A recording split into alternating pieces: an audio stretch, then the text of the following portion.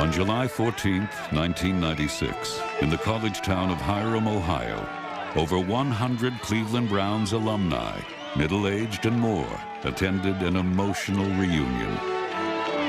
When the former players appeared, an adoring crowd gave tribute to these men who represent 5 decades of professional football in Cleveland.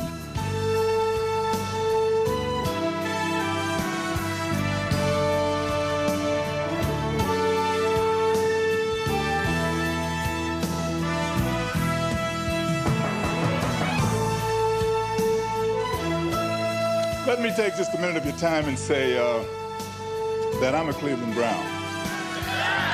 Always have been and always will be. We are still the Cleveland Browns. We have our colors, we have our name. And we're gonna have a new beginning. Each Brown was introduced and presented with his jersey. It was a moving and fitting honor to the players and coaches who brought a half-century of glory to Cleveland. A wonderful way to say thanks for the many memories. Graham fades inside his golden cup. It's a deep pass in the corner. The belly is behind Eshmont. Touchdown. You just can't make a mistake against the Browns. Rosa will attempt the field goal. It'll be 15 yards. He puts the ball. It's up in the air. It's gone! Clock down to 34 seconds. Side throwing to Logan. He got it on the 20. 10, 5, touchdown, Dave Logan! Touchdown by Dave Logan, 46 yards. I don't believe it. He has a lot of room. The 15, the 10, the 5. He's in for a touchdown. Ozzie Newsome barrels into the end zone, and the Browns take the lead. Unbelievable. And this place is going nuts. Oh, it is bedlam on the Browns sideline. Give is to Biner, follows Max Block, got an opening, 40, 45, 50, Dolphin territory, 40, he could go, 20, 15, 10, touchdown, Ernest Ryder, 6 yards. Boy, was that shades of Leroy Kelly, Jim Brown, and a few others. Mozart backpedaling. He's throwing the home run ball for Brennan, turns one way, turns the other, got it, ball at the 15, touchdown, Brown, Brian Brennan has done it for the umpteenth time. Everybody standing here at the stadium, and once again, it's Pandemonium Palace at the House of Thrills on Lake Erie.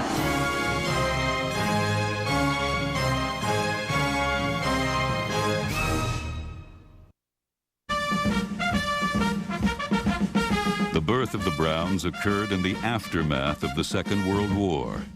America wanted to relax following World War II and was looking for some kind of a refreshing outlet. And what better than pro football on Sunday afternoon? Cleveland's new club belonged to the fledgling All-America Football Conference. Their founding father was Paul Brown, an Ohio coaching icon who had served in the Navy. These men had come back from the service. They'd been in a war. This was a picnic after what they'd been through. The first team we had in 1946 was composed of players that Paul had coached before or had played against. They didn't have a draft because I got my contract on Okinawa. Just getting back out of the service, we were ready for whatever was out there as far as football was concerned. We knew that Paul was a very tough man and very disciplined, that we were ready for things like that because that's exactly what we had while we were in the service. Forged from the fires of war, Paul Brown and the team that was named for him came roaring out of the chute. With Otto Graham passing from the T formation, a then record crowd of over 60,000 saw the Browns begin their dynasty by annihilating the Miami Seahawks 44-0. Over the next 3 years, the Browns dominated the league with stars like Graham, Motley, Willis, and Groza. In the span of 4 years, 4 championship flags flew in the Lake Erie breezes. In 1947, this post-war powerhouse totally outclassed their competition, losing only once. Over their 4 years in the new league, the Browns won an astonishing 52 games, while losing only 4. In the 1947 title game against New York, the punishing running of Marion Motley earned a 14-3 victory and a second straight title. In 1948, Cleveland was 15-0, the last perfect season until the Dolphins in 1972. Paul Brown's third consecutive title, this one over Buffalo, gave the city a pair of champions, for the Indians won the World Series. In 1949, paced by the passing of Graham to Dante Lavelli, they won their fourth straight championship. In one of our early sessions with Paul Brown, that he said he wanted to make the Cleveland Browns the New York Yankees of football, and he did. With 4 titles in as many years, Paul Brown now looked for a new challenge, the National Football League. Graham heaves and who receives? Why, of course, it's Dub Jones. 1950 ushered in a new era in the Browns' brief history, when Paul Brown joined Bert Bell's older, more established league. The Browns were the jewel plucked from the wreckage of the AAFC, and the scene was now set for an historic showdown. Their very first game came against the reigning champion Philadelphia Eagles and superstar running back Steve Van Buren. The defending champs took the Browns a little too lightly. You know, if you could feel cocky before a game, we felt cocky. This was a team from what we thought was maybe a bush league. I don't believe any football team in the history of football was ever better prepared emotionally to play a game than we were then. Just to go out and prove that we had a good football team and we could play with anybody. And that's all we wanted to do. I really think that was our motivation when we got to Philadelphia. Reading this paper for 2 weeks, newspaper, we just was ready to hit anything that the Eagles had. Ironic as it may seem, Pro Football's World Series takes place the first week of the 1950 season as the Cleveland Browns, champions of the All-American Conference, take on the defending kingpins of the NFL, the Philadelphia Eagles. 85,000 fans gets a thrill in the opening period as Cleveland's Don Phelps is long gone on a 70-yard scamper to the end zone. The night we played the Eagles, I don't think any team could beat us. The Eagles just couldn't get going. They never seen a passing attack like we had either.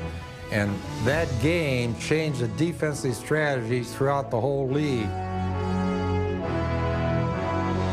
Paul Brown's sophisticated aerial attack quickly made believers out of the Eagles and the rest of the NFL. This was a great football team, and Paul Brown will go down in history as one of the great all-time NFL coaches. And the Cleveland Browns were for real. We killed them that night, and we proved that we belonged. It's been called the greatest team debut in sports history. It was kind of sweet revenge for all of us who were fans of that league, and you know, our guys turned out to be better than their guys. The Browns dominated in their very first season, paced by Graham's athleticism and the bruising ball carrying of the massive Motley. They won 10 of 12 regular season games and ended in a first-place conference tie with the Giants. On December 17th, on the slippery surface of Municipal Stadium, they dueled the Giants in a special playoff in what became known as the sneaker game. This sudden death showdown was a classic contest, emblematic of the great rivalry between these two teams. Cleveland's defense was led by number 50, future Hall of Famer Lenny Ford. On a day when points were scarce, his safety and a pair of Lou Groza field goals provided the only points as the Browns won dramatically 8-3.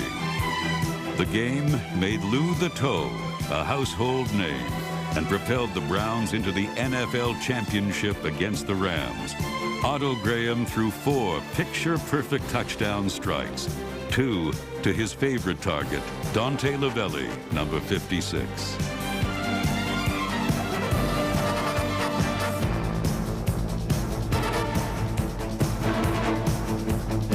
Cleveland's defense, led by number 52, George Young, kept pressure on Bob Waterfield all day.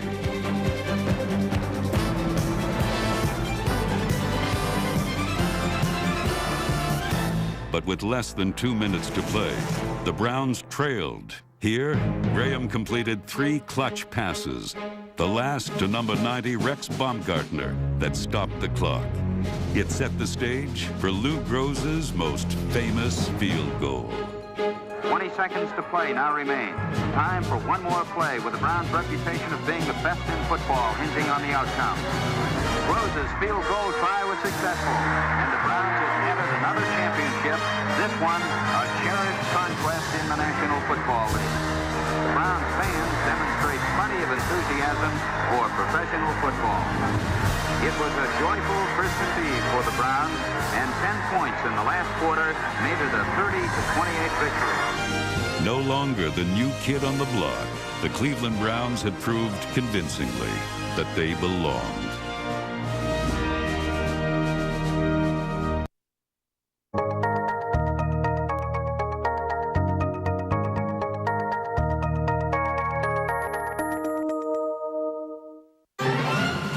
They were called the greatest show in football.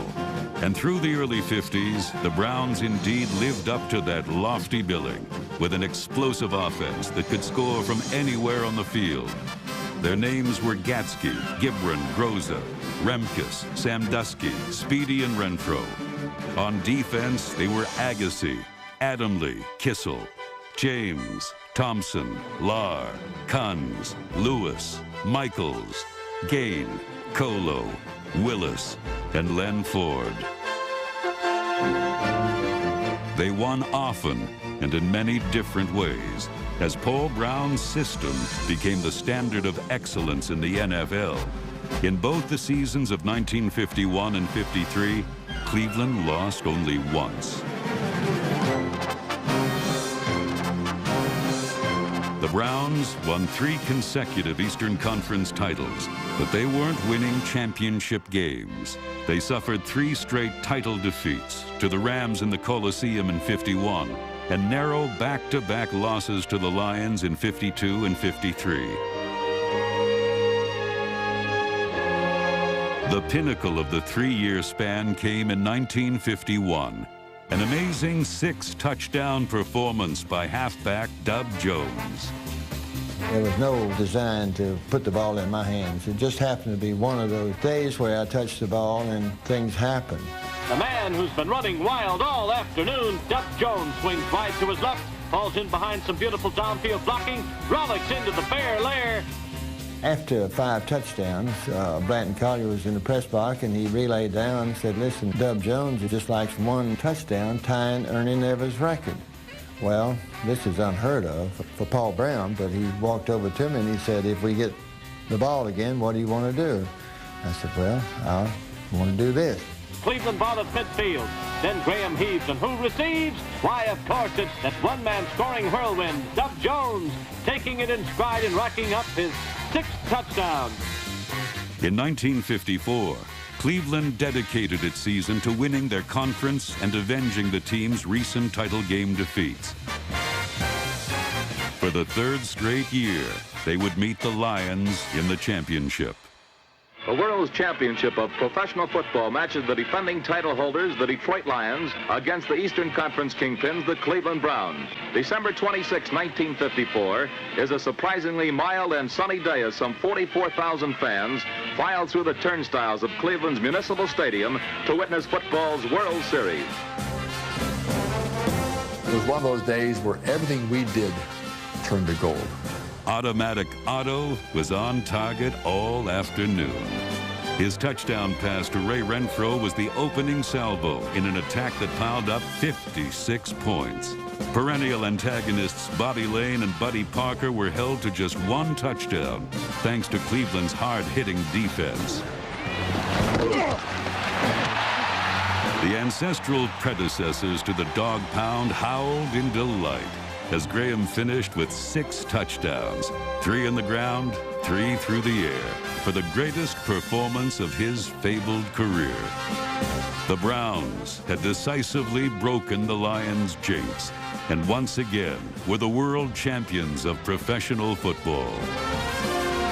The next season, 1955, they met the Rams for the championship in the Los Angeles Coliseum. 6 60,000 sun-drenched fans are here in the huge Los Angeles Coliseum as the mighty Cleveland Browns, defending world champions, come charging onto the field. And the capable mentor who put them on top, Coach Paul Brown. The Browns will be counting heavily on the capable right arm of Otto Graham. Dub Jones, the man who scored 6 touchdowns against the Chicago Bears. And Lou Groza, the man with the magic toe. It was number 14's final game, his 10th title in as many years. To celebrate, Otto passed for 2 touchdowns and twice carried the ball into the end zone himself. Graham steps over the line, the last touchdown of his glamorous football career. A great football career is ended. This was Otto Graham's last game. Another great effort by the fearless quarterback. 2 touchdowns scored, 2 touchdown passes, and a grateful coach meets him at the sideline. He really had a great day. It was a big score. Courtesy to honor him, it took him out. These were rival fans, but they gave him a standing ovation. You don't find that happening too often in professional sports where the opposition, the fans, who hate your guts, to put it mildly, will stand up and give you a standing ovation. When he got to the sideline, he came over to me and walked up and said, "Thanks, Coach." And I said, "Thank you too, Otto." That's all that was said.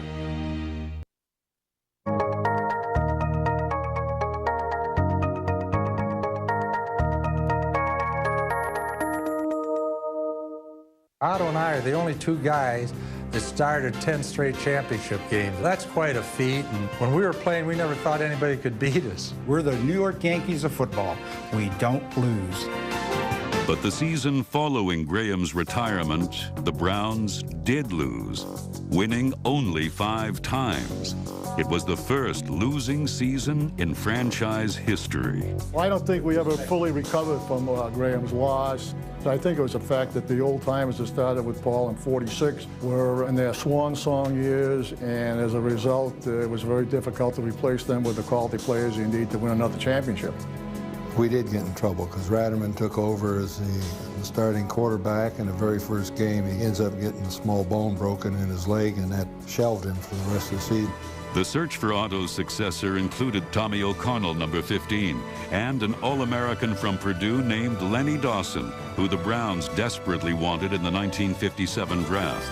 But the Steelers stole him, 1 pick ahead of the Browns. Several seasons later, Paul Brown got his man in a trade. Paul Brown had wanted me when I was in college at Purdue. And going over to Cleveland, my job was to back up Milt Plum. Plum was the 2nd-round pick behind Jimmy Brown in the 1957 draft. Dick Gallagher greets some boys who might help next year. Milt Plum is at left, Jim Brown in the center. Brown is the Syracuse All-American, the 1st-round choice. When we drafted him, I thought he was going to be a great back. It turns out that, for my money, he's the greatest running back of all time.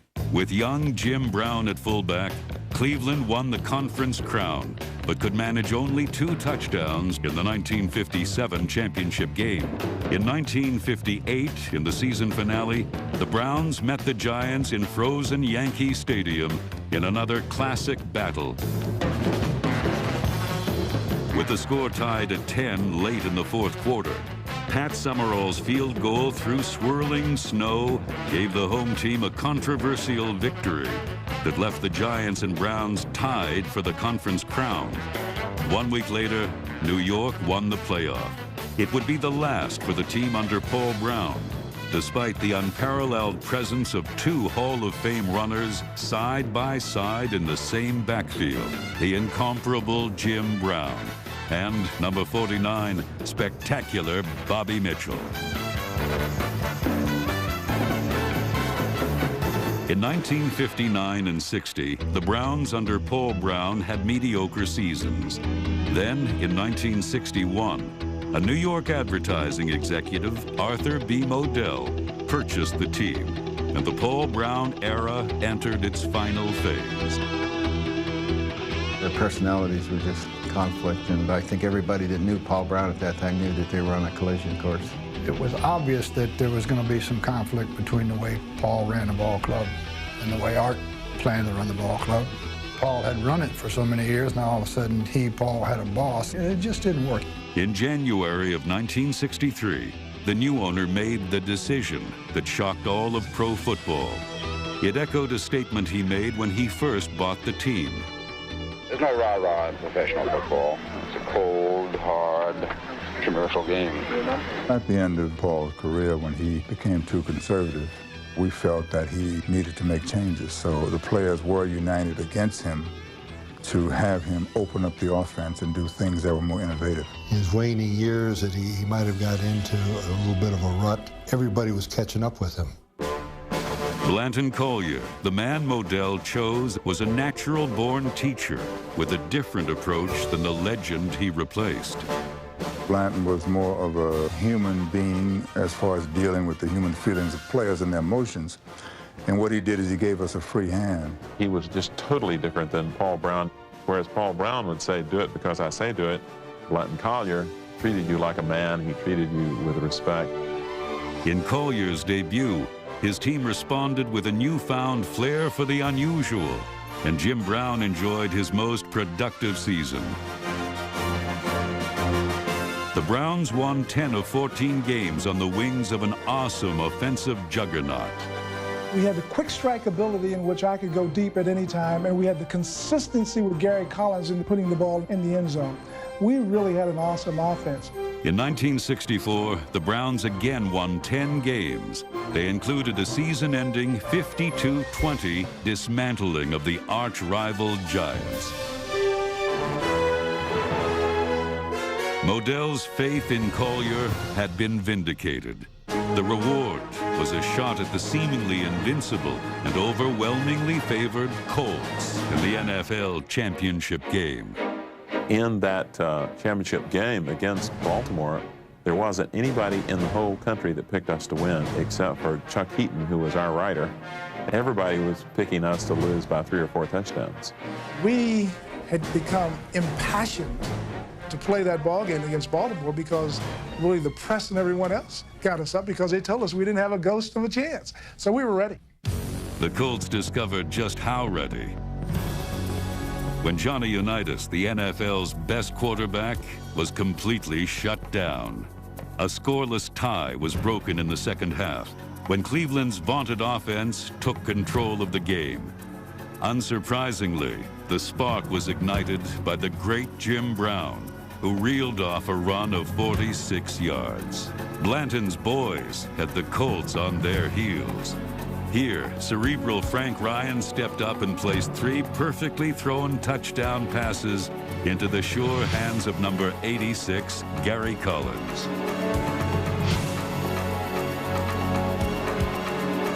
The last score was a thing of beauty, forever etched in the memory of every Browns fan who witnessed it. With his 3rd touchdown, Gary Collins disappeared into a sea of worshipers and vaulted into the record books with one of the great clutch performances of all time. On this blustery December day, Browns fans had seen one of the most incredible upsets in championship game history. It was the perfect ending to one of the team's proudest seasons. We are all very grateful for the season. This could be and shall be one of the great Browns teams of many, many years, if not of all time. With their first championship in 9 years, the Cleveland Browns had returned to glory and once again reigned at the top of the NFL.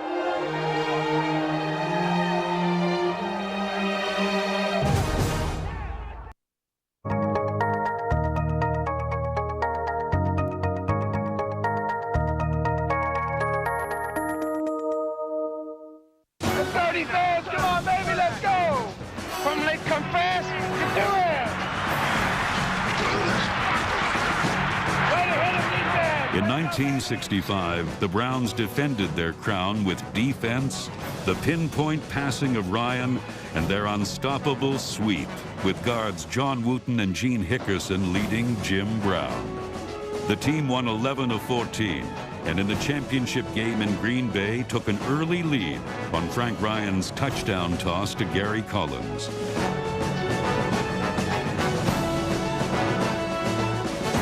But this was not 1964 revisited. Vince Lombardi rallied his troops, and Paul Hornung and company slashed through the mud to a 23-12 victory. The Browns lost more than just a football game. Jim Brown unexpectedly made 1965 his final season. A little-known bench warmer named Leroy Kelly seized the opportunity Brown gave him and sensationally filled the void. Thank the Lord. Him retiring at such an early age, going into movies gave me the opportunity to be a starter, and I just took advantage of it. Kelly took the sting from Jim Brown's Hollywood defection by running for over 1,100 yards and 15 touchdowns. When Jim Brown decided to stay in Europe and make a movie instead of coming back to training camp, I talked to Dub and said, "Aren't you really worried about the offense this year?" And he said, "No." He said, "Leroy Kelly is going to be a great back in this league." And it turned out he was. He gained over 1,000 yards that year. In 1967, Cleveland went 9-5, but lost in the playoffs. In '68, Frank Ryan was out and Bill Nelson in as starting quarterback. Under his leadership, the team won 8 straight and, led by their defense, avenged a playoff defeat by upsetting Dallas 31-20.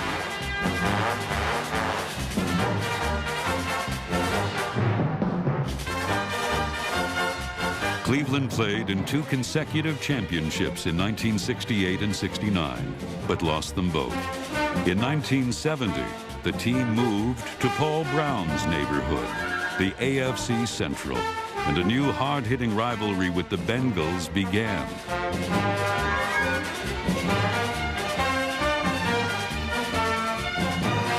Another milestone that season was the creation of Monday Night Football on ABC. Cleveland hosted the very first game. Nobody wanted to play it, fearful that it would die at the gate. And I said, let me take a chance in Cleveland. Just give me the Jets, because of the New York audience. And we had the largest crowd in Browns history. It was a very, very dramatic night. The pulse-pounding drama included Homer Jones' 94-yard return of the second-half kickoff.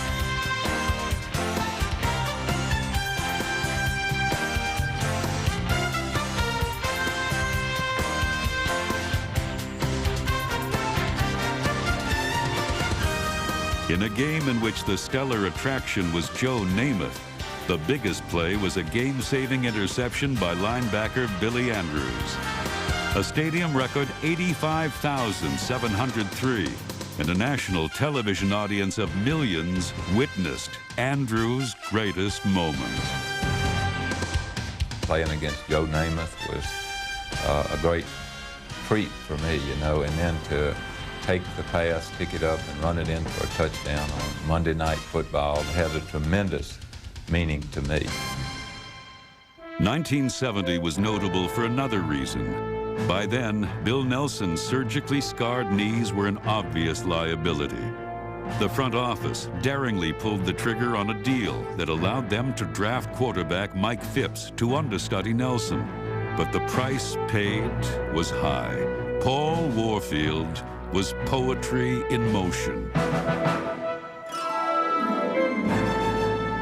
It was a trade that adversely affected the Browns for years. I couldn't walk real well. They took a chance to get Michael, and Mike played, you know, decent, but the loss of Paul hurt. All-pro wide receiver, Hall of Famer now. You know, it does hurt an awful lot. It didn't make sense to me. I don't know what went on in the background or up in the offices. I felt like that it probably cost us the Super Bowl, a chance to be in the Super Bowl. The 1970 team, I thought, was one of the better teams that I had played on. From the ashes of that disastrous deal, a future hero arose. Ryan Sipe would become the most prolific passer in franchise history.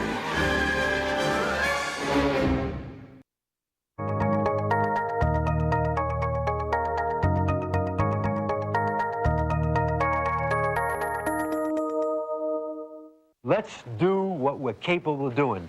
That's the nice thing of all. And while we're doing it, let's have a lot of fun. An apt description of the philosophy of Sam Ritigliano, who became coach in '78. Ozzie on the flag. Retigliano's enthusiasm and passion lifted the team from the depths of mediocrity. Great call! What a great call! What a great call! The player who benefited most from the change in leadership was Brian Sipe, who transformed the team into a hair-raising, thrill-a-minute ride. One time, one time, one time, baby, one time, one time!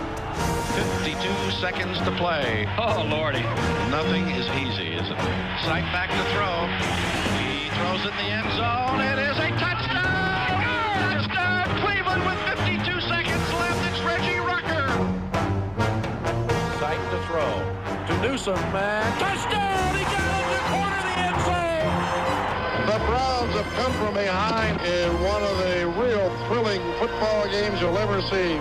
We just kept doing it week in and week out, and then of course it, you know, the drama was great because it was showtime. People were excited about it, and no one ever left the stand. And I don't think it helped the concessionaires at Cleveland because no one ever got up to get a hot dog or go get a beer or buy anything. They just stayed there. They were glued. They had seatbelts on their seats. 80,000 plus cheering the Browns on. We're in sudden death. Deep to Rucker. He's open. Touchdown! It's over! Reggie Rucker pass from Sipe. He wins the ball game. You know, 1 week it was Rucker, 1 week it was Logan, 1 week it was Newsome, 1 week it was Hill, 1 week it was Mike Pruitt or Greg Pruitt. And so everybody contributed. And so nobody knew when it was going to happen. It wasn't just, you know, we had one home run hitter and that was it. That some guy did it differently every week. It was just a magical time, you know, to be on a team that could win and win in the fashion that they did. You know, 1980s team will always be special to me. Cleveland had fallen in love with their cardiac kids. On the 12th day of Christmas, Art Modell gave to me the Browns in the playoffs. Dave Logan leaping, Doug Deacon blocking, DeLeon hiking, cardiac kids a winning, Darden intercepting, Newsome a catching, both the Pruitts moves. Al Zado attacking, Brian Sipe a passing, Don Cockcroft kicking, on a Retigliano Super Bowl team. The 1980 team captured the division and strutted their stuff in front of over 77,000 frozen faithful versus Oakland in the playoffs. With a wind chill of minus 36 degrees, the cardiac kids attempted to extend their miracle season on a day where a man's breath hung in the air and the ball felt numb to the touch.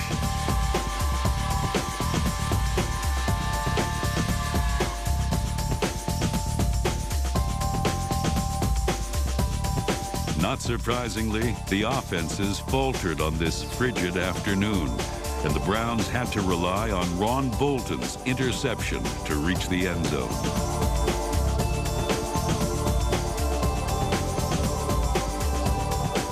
But it was the Raiders who took a two-point advantage into the final minutes. The Cleveland fans once again looked to Brian Sipe for another miracle.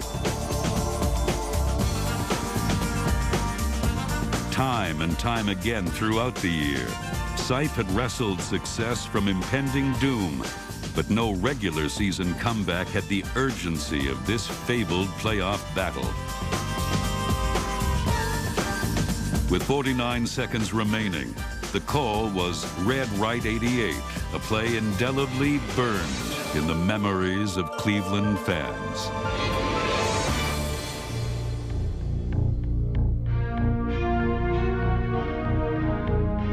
When Brian threw that ball and Mike Davis intercepted it, the roar of the crowd, everything stopped. You couldn't hear a pin drop. I was in shock. I couldn't believe that we had played so well against that team and we came up on the short end. It felt like somebody came up and robbed me. And it breaks my heart that I didn't come through. You know, I made a bad throw. And you know what? That's exactly what we did that whole year and the year before. That's what made us the Cardiac Kids. The loss to Oakland broke the hearts of the Cardiac Kids, and the clock struck midnight on their Cinderella story. The following years were filled with disappointment until a promising assistant was elevated in the person of new head coach Marty Schottenheimer. Cloud support. You still must read before you support. While Ritigliano had stressed offense, Schottenheimer was a defensive specialist, creating one of the stingiest defenses in the NFL. But ironically, Schottenheimer's career would be forever linked with an offensive star, Cleveland's prodigal son, Bernie Kosar, who led the Browns back to prominence. I don't spend much time talking to you about it because I can't do anything to help you. You're going to do it yourself. I'm excited for you. The entire city was excited for the Browns in the 1986 AFC Championship. There's a gleam, man. There's a gleam. Let's get the gleam. We've come too damn far. I'm telling you, to be denied. Let's go. Let's go.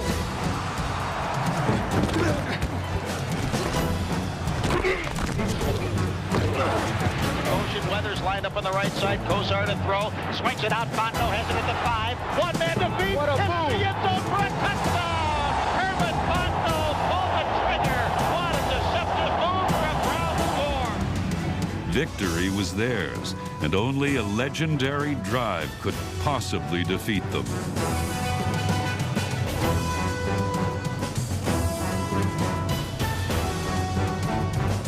The drive would now join Red Right 88 in the nightmares of Browns fans. From Mile High Stadium in Denver, Colorado, it's the rematch the Browns have long awaited. They've been waiting an entire year to get revenge against the Denver Broncos for losing the AFC Championship last season in Cleveland. Now the time is here. The Browns against the Broncos for the right to go to the Super Bowl. One play at a time, 60 minutes. Our football team. Let's go. Let's go. The rematch with the Broncos threatened to be anticlimactic as a series of miscues caused Cleveland to fall behind by a seemingly insurmountable margin.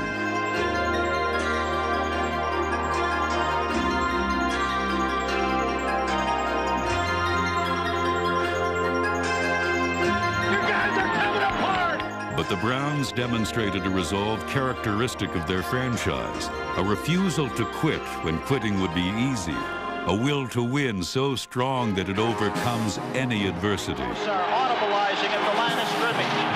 Kosar takes the snap and backpedals being blitzed. Firing over the middle. Langhorne has it for a touchdown. The Browns beat the blitz, and they are still alive here in Denver. Loops it for Biner, who got it at 15, 10, 5, touchdown Browns. Biner snakes across the goal line, and the Browns are alive and kicking in Denver. Bernie's back to throw. Fires, touchdown, Slaughter.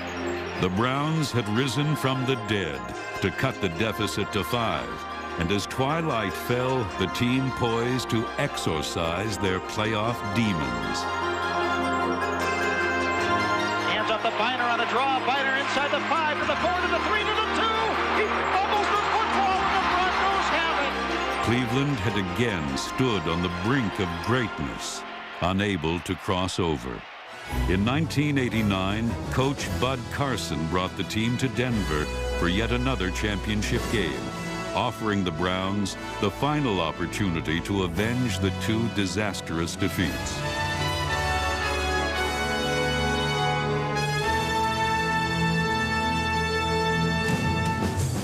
The 2 previous heartbreaks were too much to overcome, and the third time did not prove to be the proverbial charm. Once again, Cleveland found glory within their reach, but again, it exceeded their grasp. 3 championship opportunities had slipped through their fingers. If we win those 3 championship games, we win 3 Super Bowls. Because I didn't feel like the NFC had anything that could match with what we had on the field. And if we win 3 Super Bowls, then I see a lot of people on our team, I see their lives changing drastically. I've never even met John Elway, and I don't know whether I shake his hand or punch him in the chops. Cleveland never recovered from the 3 Denver losses, and the team went into a tailspin. The frustrating seasons which followed resulted in Carson's ouster, and new coach Bill Belichick's problems with Kosar resulted in a new field leader. Vinny Testaverde took over the offense and led the team to their first postseason appearance in 5 years against New England.